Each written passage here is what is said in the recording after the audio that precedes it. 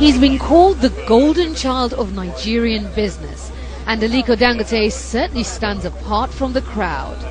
Here in Nigeria, when it comes to the manufacturing and trading of commodities, Dangote is a titan. He's one of the richest men on the continent. Whether it's flour, sugar, pasta or clothing, the Dangote Group is a dominant player. But it's in cement that he is king. We're heading to his cement factory in Obajana and making the journey on one of his 2 private planes. When was the last time you travelled commercial? No, sometimes I travel commercial. I can't remember, but I think sometimes. The 2010 Forbes list of the world's richest puts the 53-year-old Dangote's wealth at around $2.5 billion. While flying high in the world of business, the soft-spoken Dangote keeps a low profile. Our day-long access to him is a rare occurrence, as this is a man who likes to keep his contact with the media to a minimum. 30 minutes out of Lagos, the 3.5-year-old factory comes into view. It dominates the surrounding landscape.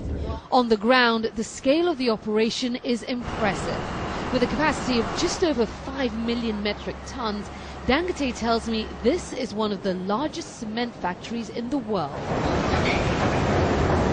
The factory operates 24 hours a day.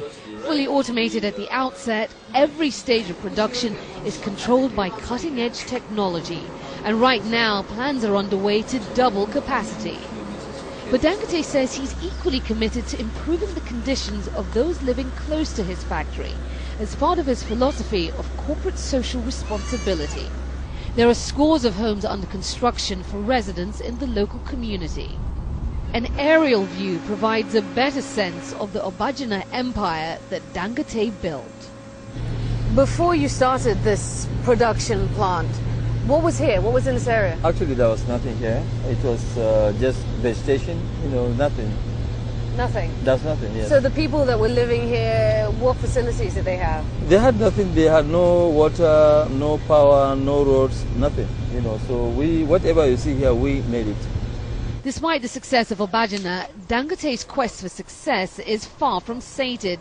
In Ibeshe, close to Lagos, another major cement factory is under construction.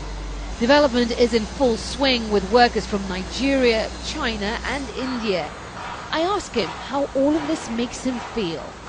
But you personally, as Aliko Dangote, how does it make you feel? Well, I'm as feeling a businessman? Great.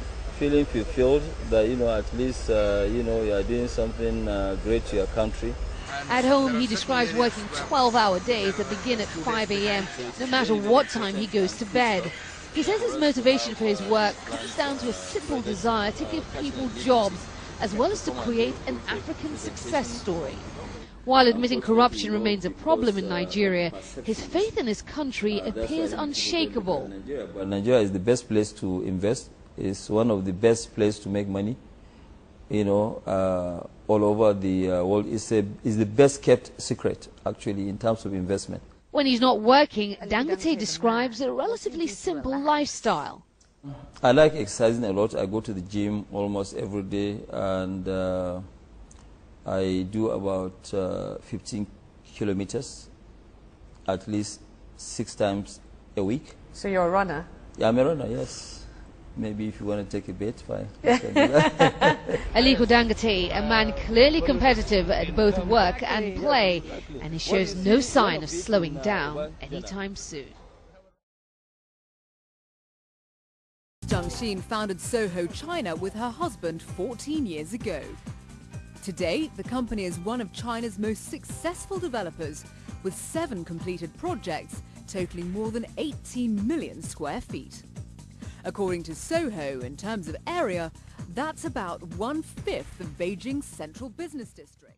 One of the things I've noticed, Johnson, about China when I've come is that women work here at every level in the society.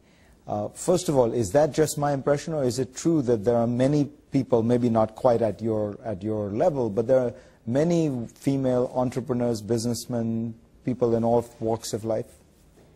I think that is certainly true. In China, if I were to say that compared to many other countries where I lived and worked before, this is the country where women have at least in the urban area, you know, if we take away the rural area, urban area, women are enjoying very high level of equality, if not completely equal, but at least high level of equality compared to many other, you know, compared to European countries, for instance. You know, you don't see so many women in you know, boardrooms. And here in China, I think you see many, you know, top CEOs are actually women.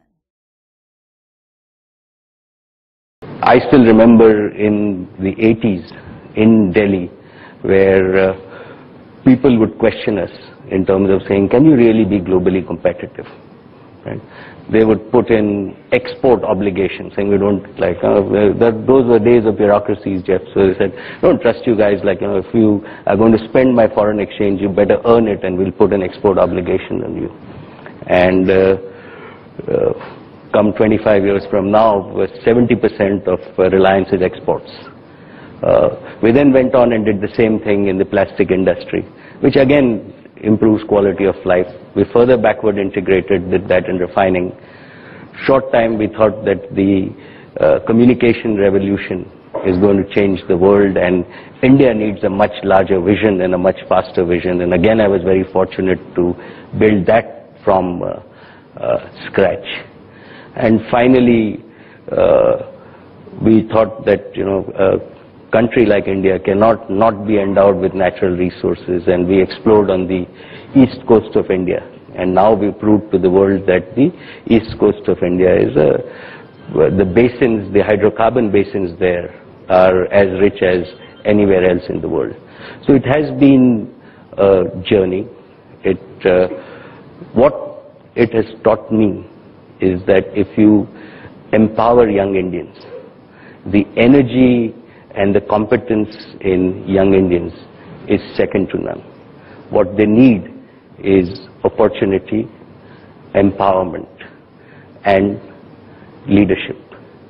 And with that, India's time really has come. And lots of people think that India is a country of 1 billion problems. I am a big believer that India is a country of 1 billion opportunities. And that's what my 30 years has taught me.